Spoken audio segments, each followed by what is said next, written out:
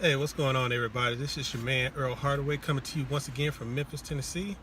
Today's video is going to be entitled Your Income is Determined by Your Philosophy. Now, what I mean by that is you have to have a governing philosophy over your life. Your governing philosophy is sort of like the sail of your ship. It is the thing that points you in the direction on where you're going to go in life. And like I said, when I was coming up, when I was in high school, my governing philosophy for life was I was going to graduate from high school, go to college, graduate, get a good job, work, retire. Boom, bam, boom. That's what I was going to do. Now, the curious thing happened on the way to doing that is that when I got to college, I didn't like it. I didn't like it at all. I didn't like anything about college except the extracurricular activities and the partying, of course. So that's basically all I liked about college. And so it was a chore every day going to class and things like that.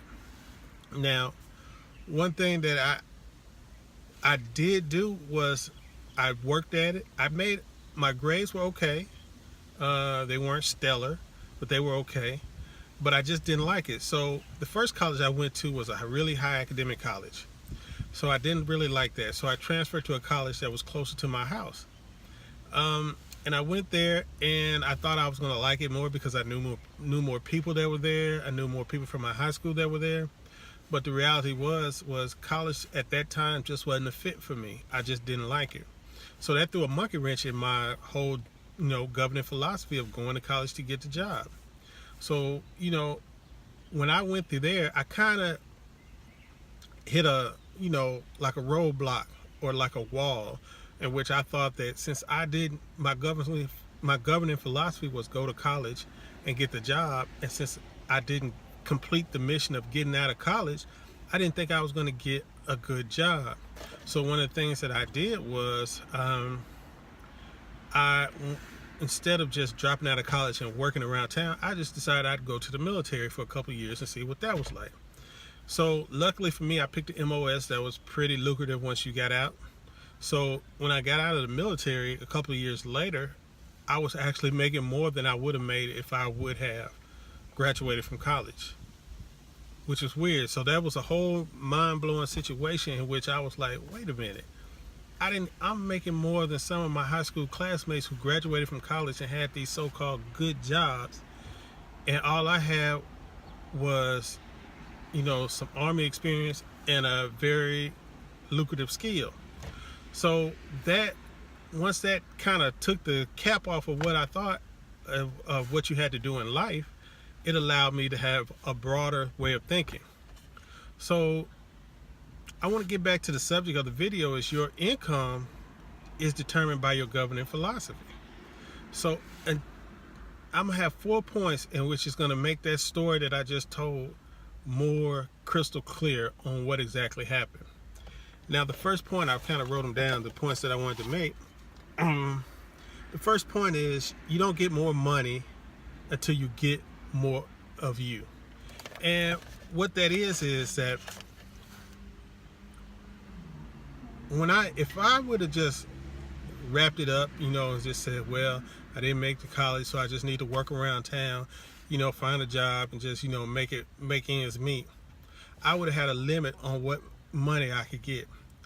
Because going to the military at that time, for me, as somebody who really never wanted to be in the military, was kind of a risk. It was kind of, putting myself out there. And I did things in the military that I never thought I was going to do in life.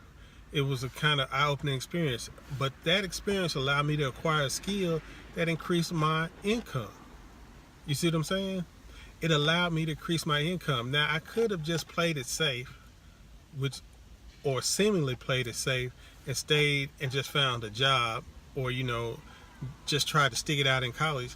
But I took a chance, and that chance of putting myself in there allowed me to have a better chance later on in life. The second point I wanted to get to is you can't attract what you don't respect. Now that is something, and this goes back to me as a black person. Our community is very, very, very heavily Bible-based. We have a very Bible-based community. So one of the things that you always hear coming up is that money is the root of all evil.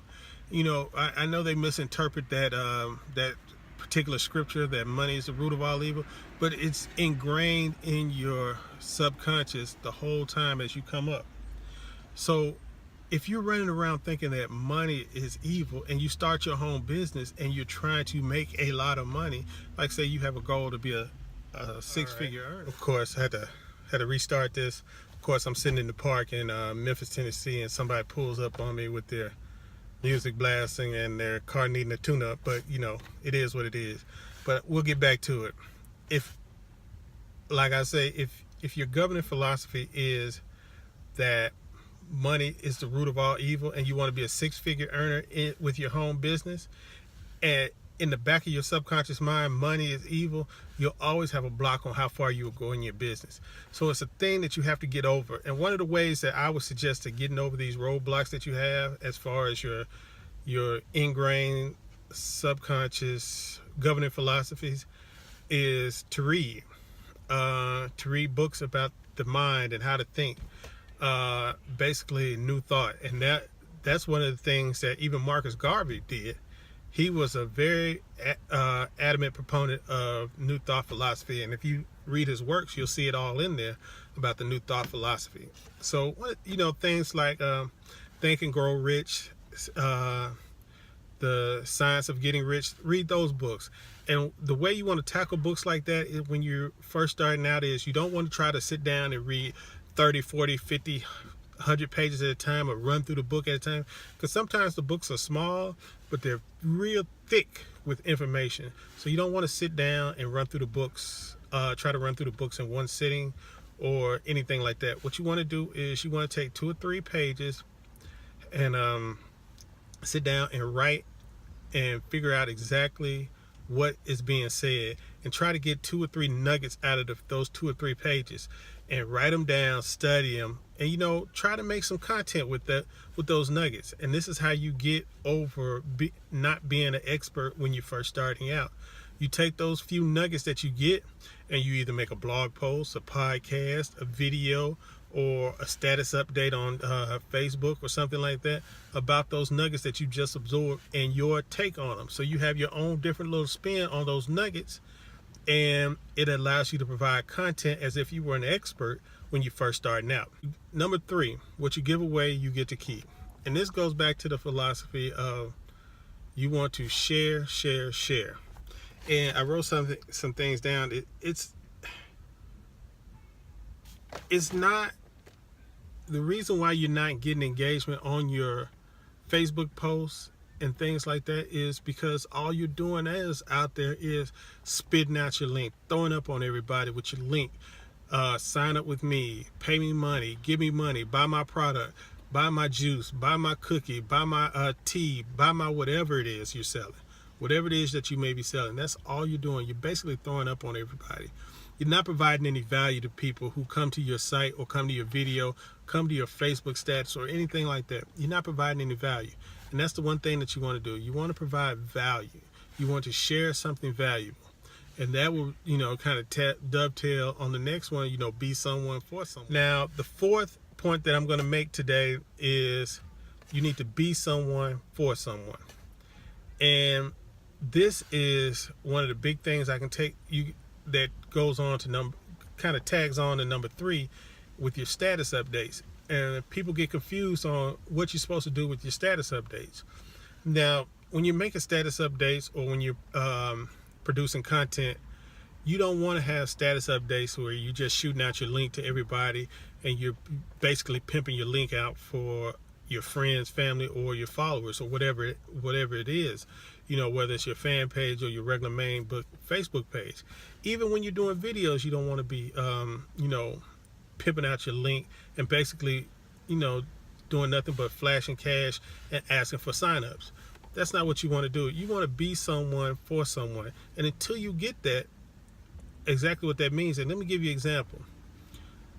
A lot of people have trouble when they start in their first home business, and they're looking for anybody that's kind of in their situation. Like, like you would think that people want to hook up and just listen to Gary Vee or people like that, these real big mega super-sized business thought leaders, but that's not really what they want. They want somebody who better identifies with their experiences, somebody who started from the bottom, so to say, as Drake said, somebody who started from the bottom, and even though they may not be at the top, they're higher than what the person is that's just starting out, and they have a better perspective on what it takes to start, you know, this home business from the ground up, even more so than sometimes the person's sponsor will have for that on where to start.